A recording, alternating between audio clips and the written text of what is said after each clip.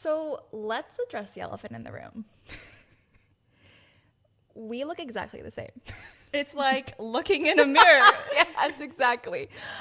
We not only have the exact same Free People dress on, we also have matching friendship bracelets. Yeah, we do. And we have chains normal, gold chains.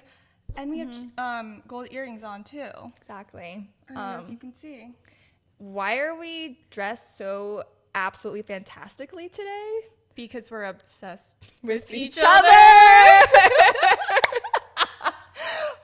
But also, Did I get that right? You I felt like did. that was a quiz. no, I think that was absolutely the correct answer. But this quiz happens to have 2 correct answers. And the second one is that it's the last episode of our season. So as we're wrapping up the season, we not only wanted to match and look like actual sisters because we have been emphasizing that, but we also kind of wanted to get to know the not so serious side of each other. Agreed. So before we start with the first question, hi, my name is Janice. My name's Emily. And this is 4 years later where We talk about the unglamorous parts of being a 26 Asian American woman all 4 years after college. Okay, how do we do? All right. Sounds good. Okay, let's start with D. Okay. What's the best feeling in the world? Ooh.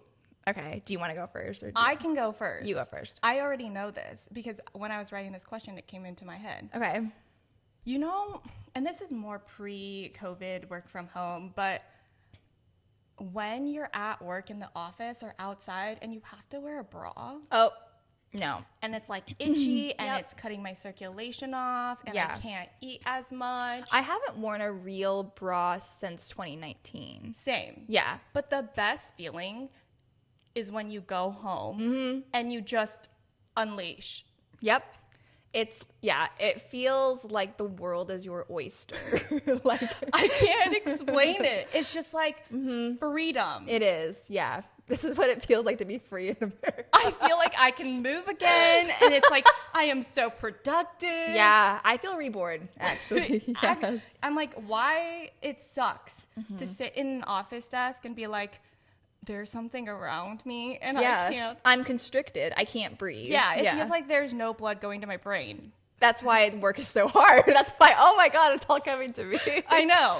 I And totally when I'm agree. sitting in, like, when I used to work in finance and I had to sit there until like 1 a.m. Yeah. It was awful. Yeah, I That was agree. all I could think about. I feel like there should be a motion for like all girls to only wear sports bras. It's like all I wear nowadays. Yeah, or just pasties because that's True. truly like freedom. Maybe just nothing at all. Yeah. I mean, Free the- free the nip. Free the bleep. Free the bleep. Okay, my best feeling in the world is like very different from yours. Oh God, what's our super feeling? Okay. Where are my IBS girlies? Oh out here? my God. I don't know if we can say this one, but I'm just gonna say it, okay? Okay. I really think like Use number 2 maybe. okay, I will. As someone that like has chronic stomach aches like every time they eat. Every girl. Every girl, right? Like I think the best feeling in the world is like relieving myself of that pain. I can understand that. Yeah. IBS girlies, like lactose intolerant girlies, like we know, right? Yeah. Or just that feeling when like it happens really smoothly. Yes. And I know exactly what you're You talking feel like about. you've accomplished something I'm like, that day. this was the fastest like session of my life. Yeah. I'm so productive and I'm washing my hands for 20 seconds and I'm leaving. And you leave the bathroom like grinning from ear to ear. Like something great just happened. Where's my star pin? Like, where's my pat on the back? And I am looking for someone to like describe Yeah. my experience too. Exactly. Anyways, I think that's my best feeling. That's a really good one. Thank you. I feel like I learned a lot. Yeah, about each other. I didn't realize we had this in common. Yeah, well, also if I'm comfortable with you, Mm-hmm. I'm pretty sure like 50% of our conversations are gonna be about like Yeah. what happened in the bathroom. Oh, 100%. Yeah. My college experience was 50% spent in my apartment bathroom, I think. Oh my, I got so much anxiety. I can't when I'm like in a new environment. Oh no. There's no way. With new people. You learn to pick out your safe spots on campus, like where you can go to the bathroom. I don't know yeah. what yours was. Honestly, I didn't really have one because our campus bathrooms, you know, they have a little gap between the lock and like when you close the door, there's still a gap. And I was convinced that people could see me and make eye contact with me if they were like waiting in line. Oh, for sure. Yeah. So I would just never go. Yeah, I never went.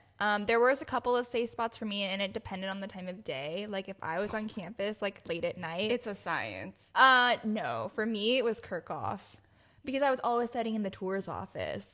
And I knew like the chance of someone coming in at like 10 p.m. was like really low. Okay, but if someone's like in the office with you, I'm not going to the bathroom because I feel like they're timing me. They're timing.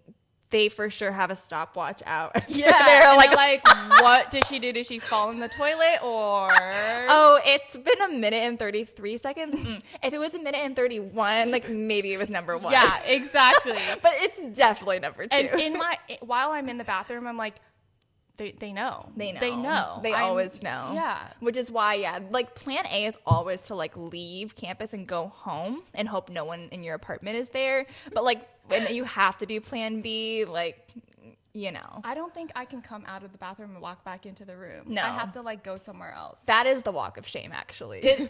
Oh my God. It is. It is. And that like when you slowly open the door and everyone's like, hey. Hey. And you're nobody like, says anything and you're like sweating. yeah, absolutely. I'm drenched. That's where it happened. Okay. My first kiss. Wow. With tongue? Honestly, I don't know. Hopefully a peck. I feel like a first kiss, like with tongue, is like really aggressive. It was less of a peck, but it wasn't. I don't think it was. I think it was more PG than that. Okay. But I remember the moment so clearly down to the song that was playing. Wow, what was playing? It was Red Lights by Tiesto. I don't know that song. It's like, I'm not going to sing it. Okay. But we can play it over this thing. Yes, we will. That was playing while it was happening. So now every time I hear that song, I'm like, oh my God, remember when I was in a club and that was where my first kiss happened. That's so cute. That's a great story, actually. Is it? Mine is way worse. No, tell me. Okay, so when I was in 8th grade, I got this boyfriend, and like his family was like friends with like my family, so it like kind of worked out. But like Asian mom thing, right? So like I was petrified of having this boyfriend, and like I was really afraid of like messing up and making a mistake and getting in trouble. So I used to ask permission to like. You asked permission to what? For every step of our like relationship. So if I wanted to like hold hands with him, it took every ounce of courage in my body to ask my mom for permission to hold his hand. Because like excuse me? Small town people see and people talk. And I did not want my mom to be like hearing from people like, oh, like I didn't know Emily had a boyfriend. And like she would be like, how did you know? And then, yeah. My mom knows a lot of people. So I was like, okay, I need to like make sure she knows so I don't get in trouble later. So you asked your mom if you could hold hands with a boy. I asked her for permission, and it like I can vividly remember it. I only ever asked at night, and I would have to like get out of bed. I knew she was watching TV in her room, and I used to like just wait, pause. Sorry. All good. God, the stress is ruining our vibes. Okay. I used to like take it literally one step at a time from my bed and like get myself to the doorway. If I could get myself to the doorway, I knew I was like so close to like being able to walk to my mom's room and ask her. But like 9 times out of 10, I would just like go back to my bed and I like wouldn't ask. I was so petrified. That's also so awkward. Hey mom, can I kiss if the boy kisses me? How do you ask that? I asked if it was okay. like I would literally be, Mom, like I have to ask you something, and she'd be like, what? And I'm like, well, so bleep wants to kiss me, and I was asking if it would be okay. Did you make this like? How, like, was she like, Emily, if you ever date a boy, you have to ask me permission for everything? She never did that. I just felt like I needed to ask. Oh, I can't even imagine how that. It was horrible. So yeah, I had to ask permission.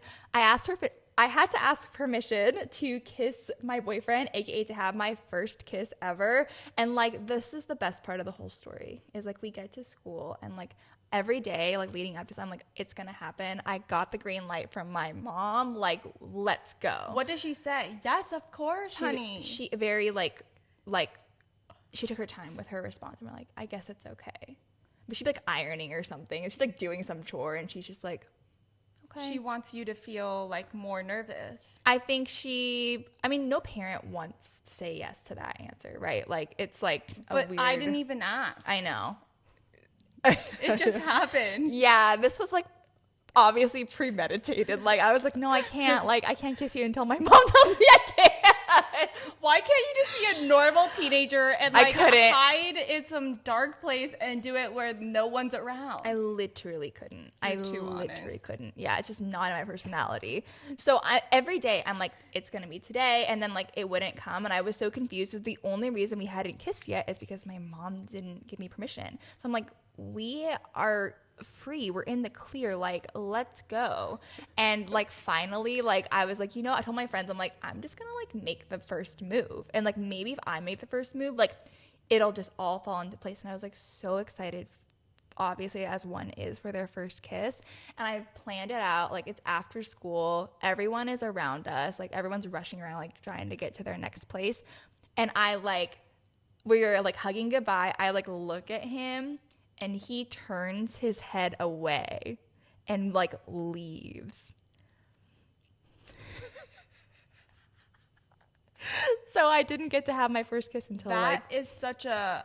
It was traumatic. F-boy move. Yeah. But it wasn't even F-boy. Like, he was like really nice guy. I think he was just nervous. Why was he so like. I don't know. It clueless. Was horrible. And I felt like so rejected, because I was like, I spent like all of this energy and time like waiting for this moment, and then you like rejected me. So then what did he know?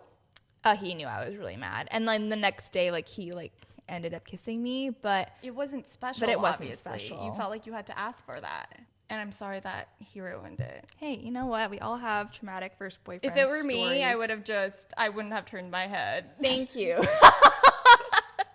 I would have planned a really special moment. Thank you. Thank You're you welcome. for that. Okay, let's go to the next question. Okay. What is the next question? Oh my God. What? Which one do you want to do next? What is your first impression of me when we met? Oh my God. I mean, Emily, you have to be honest. I will be completely honest. I just don't know if you want me to go first or second. I need you to go first. Okay.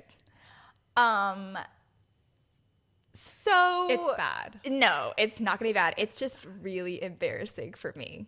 It's really embarrassing for me. Wait, now I'm so curious. I'm also really nervous. Okay. So Janice and I met through like a club / job. Yes. We're both tour guides, and like this group of people were like really fun and outgoing, and it was kind of like fratty almost. It was kind of fratty. It is. If you imagine that one person that's the life of the party, but times 30, yeah, that's everybody. That every single person was that way. Exactly. Yeah. And I think because of that, it's normally white people that are in this group of friends. And so you stuck out to me really early on, because I was like, oh, this girl, like, she's Asian. I'm Asian. There's not a lot of Asians in this group. So I immediately, like you stuck out to me. Also, you stuck out to me because you are a very beautiful person. Wait, that's so nice. So I was like, oh my God, like there's this girl. I would tell my friend there's this girl in my tours group, and she's so pretty. And she's like in this group, but like we're definitely not friends. Like we're not friends because like she has her own little friend group, and she's been here like a year earlier than me because you got hired as a freshman, right? Yes. So like I was like, no, we're not close. But like this is so creepy. I like kept tabs because What? Because I was already jealous of you, right? Like you already were friends with people in the group, like, and you were Asian. So I was like, well, okay, I'm like the lesser Asian in the group now. Yeah. But like I also always knew like the internships that you had. And I used to like drive myself crazy because like when you got Ellen, it wrecked me.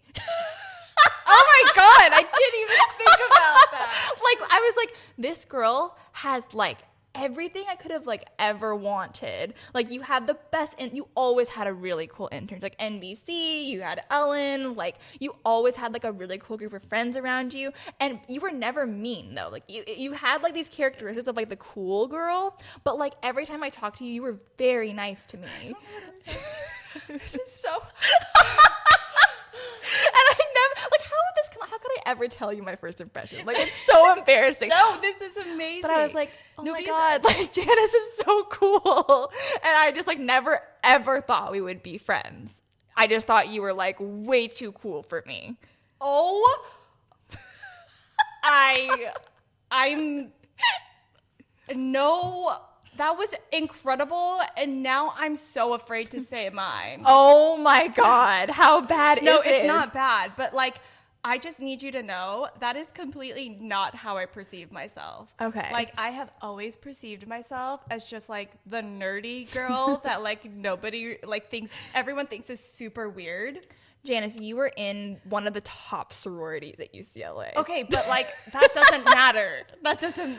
Like, Okay, I'm just saying, like, from the outside, you had, like, I wanted to be in, if I had my choice of sorority, I would have been in your sorority. Really? Like, I thought you had, like, everything going for you. Oh, I thought everyone was like, this girl is psycho because she's like working at the same time but doing full school. Impressive. Full time. Impressive. And like behind the scenes, obviously we know like what's happening with Ellen out. Like Right. Yeah. So it was like, oh, like this is sometimes low key miserable. Oh, right? okay, yeah. I never thought people would be like, oh, everyone thinks I'm so cool.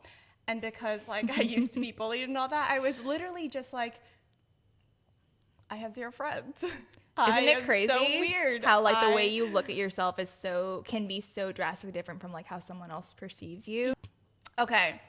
Are you ready for my first? So scared, but tell me. Don't be scared. Okay. So when I consider my first impression of you when I actually like started talking to you and getting to know you, which was mostly when you were my boss. Yeah. Yeah. I used to be Janice's boss. She did. So she went from envying me to bossing me around. Yeah. And I guess now I know why she was so mean to me. I'm kidding. She Oh wasn't. my God. I was like, what? No. Okay. I always thought you were like okay, so this is my first impression of you, okay? When you were my boss, I was like, Emily is the nicest person ever. Really? But then also like so professional. Oh. Wow. Like, okay. I was so shocked at how you could balance balance being a tour guide. Yeah. And being like cool and fun and friendly with like also making sure that you're my boss. Mm-hmm. That was like the biggest struggle of being like a coordinator, right? It's I know. like wanting to still be like cool and like relatable, but also being like, hey, you got to get your time card in or whatever. I don't even remember. And every time like you were professional, I was like, this must be a really hard job for her. It was a really hard job. Because like you don't want to be hated by everyone. Yeah. I was really scared. But and that's your job. I know I made a few enemies, and at first, Really? we can talk offline about those. Oh my God. But I know, like, I can think of like 3 people off the top of my head that I know like actually hated me, and I couldn't understand why, because like I don't think I ever said anything rude. But like that's what happens. I think when you're like a leader in any capacity of a group of like 100 people, like it's impossible for someone to like not like you. Like there are going to be people that like, yeah, you know, because it's really hard to separate your feelings. It's not because they're jealous or whatever. I think it's because it's like, why won't you let me not do this? Yeah. Like, you're my friend, or I thought we were friends. yeah, exactly. But you had to draw that line. And that was like my thought. I was like, she is so well spoken and she's so nice. And honestly, I thought it was really cool that you were involved with like so many other things besides tours. Because I made tours like my life. Your life. Yeah. A lot of people did. Yeah. Yeah. But you had so many other things going on at the same time. I had to because I felt like my first 2 years in tours, I felt very outcasted. I did not feel like very much like I belonged. Like there was a clear separation. It was like kind of nerve-wracking to go to the office. And like I had my few friends that like I was trying to like make connections with and stuff. But like I did not feel part of like the greater camaraderie, I guess. But like that's like the reason why I became coordinator. Because I was like, if I'm coordinator, I can be friends with everyone. Like I think I'll have a greater respect from the group. And I wanted tours to like be my life. Yeah. Who did you see for your first concert? Okay, I don't want to like rain on your parade, but mine's really iconic. You don't even know mine. I have what if like it's the same one? It's not the same one. I guarantee it's not the same one. Try me. My first concert was Celine Dion. Yeah. It was iconic. What? Is yours better than mine? I mean, it's just so not age appropriate. Okay, I think Celine Dion is timeless. I think that... Yeah, at this age. When I went to that concert... How old were you? I think it was 2010. Maybe... I feel like... Emily, I don't know math. Can you please just... Maybe... How old were you? Maybe I... Okay, I literally don't know. Like 13. Maybe 16. I was 13. Maybe I was 13, yeah. What year is it? No. Not high school. Definitely not high school. I would say like either like 7th grade or like below. Okay. And it was on a whim because like our family friends had 4 tickets and they're like, we can't go anymore. Do you guys want to go? My parents, I don't even know. They were not Celine Dion like super fans. Wait, set the stage though. Like where is it? It was in Sacramento. We drove to Sacramento as a family and they're like, we're going to go to this concert. I was like, night? At night. In a stadium? In a stadium. Okay. It was magical. I wasn't a big Celine Dion fan going into it. I was literally like probably 11. I don't know. Did I you was dress young. up? How do you dress up? Oh, I just think we wore like casual clothes. I don't think it was like, we didn't make it a huge deal. I don't think. Maybe we got dressed up. Maybe that's why. The most like unexpected one. It was moments so are always the unexpected. best. I mean, her production value is insane. Her voice like is amazing. And so when I was there, I was just in awe and I was like, I just wanted to be on stage with her. Like I was like, you are an icon. Did you sing out loud? Maybe. It's kind of hard to remember. I just remember leaving it and just feeling really inspired by her. Okay. Mm-hmm. I don't know. What was your I mean, I don't want to hurt Celine Dion. Okay. But my first concert was when I was in 2nd grade, I think. Whoa. And it was because my friend had like an extra ticket, 2 tickets, because her sister and her friend were going to go, but then they didn't. So then they just asked us if we wanted to go, we being my mom and I, and then her mom and her. Yeah. And it was Avril Lavigne. Wow. Okay, wait, that's really iconic. That's really cool. With your mom and your friend and her mom? In Taiwan, in a stadium. Wow. But it was pouring rain. Classic. And everyone was wearing ponchos. Oh my God. Being complicated and like belting yes, it out. Yes. Oh my God. But I had no idea who Avril Lavigne was. Yeah. And I didn't know any of her songs. Wow. But she was like the coolest girl to me afterwards. Yeah. And then I became like a crazy fan. Wow. Punk rock Jan. Yes. And Yeah. I would listen to it in my bedroom. I loved collecting her CDs. Oh, I knew every single release date. I was watching her on YouTube and looking for like the behind the scenes. Yeah. I knew her now ex-husband, I guess. I was Oh. like keeping track and I loved, you know, those pictures in the album book in the CDs. Yes. I sound like a boomer right now, but like, Yes. I collected those. Wow. Fun facts about you. I had no idea. I mean, this is what the whole pod is about. Yeah. Oh my gosh. That's amazing. But like, let's say it on 3. Like our favorite concert we've ever been to is 1, 2, 3. Taylor Swift. All right. All right. Next question.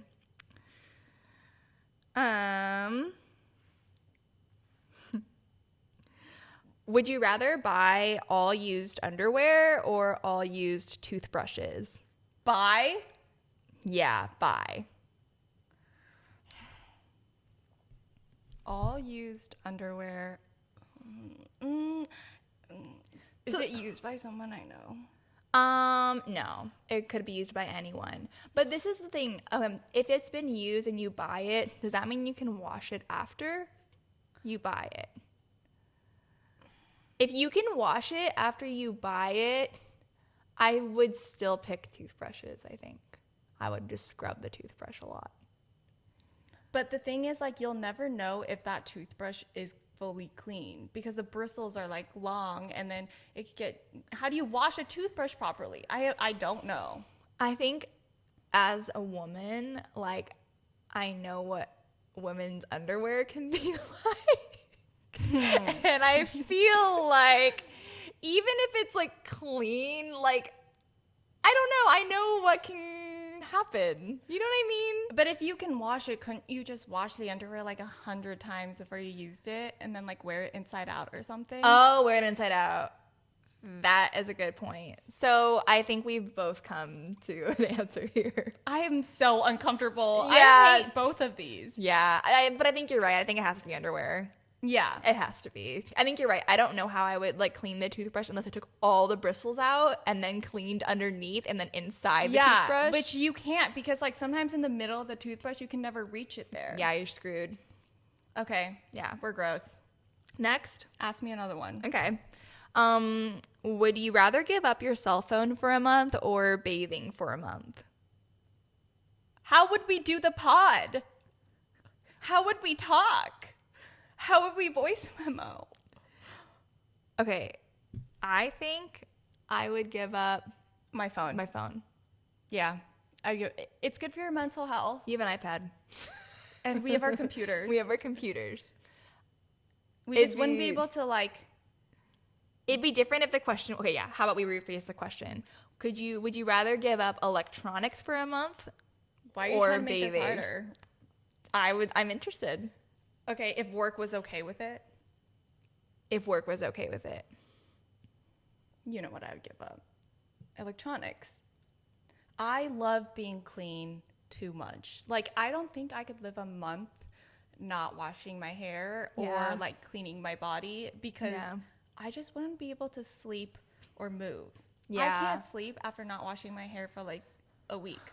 Yeah, I think it'd be really gross, but it would be really hard. I'm very addicted to TikTok. I think Me it'd be too. so hard, and But it could be so good for you. It would be so good for you, and then I would know zero things about popular culture for like an entire month, which would suck. But I think for health and safety reasons, it would have to be giving up electronics. Because yeah, and you wouldn't be able to go outside if you don't shower because I feel like I feel disgusting to the outside And everyone world. would smell me. Yeah, I just don't think that would work. Okay. Okay, what's the next one? Maybe this one or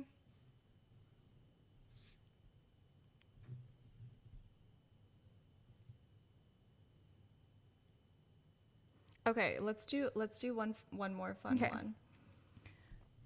Would you rather have people share a terrible lie about you or share terrible truths about you?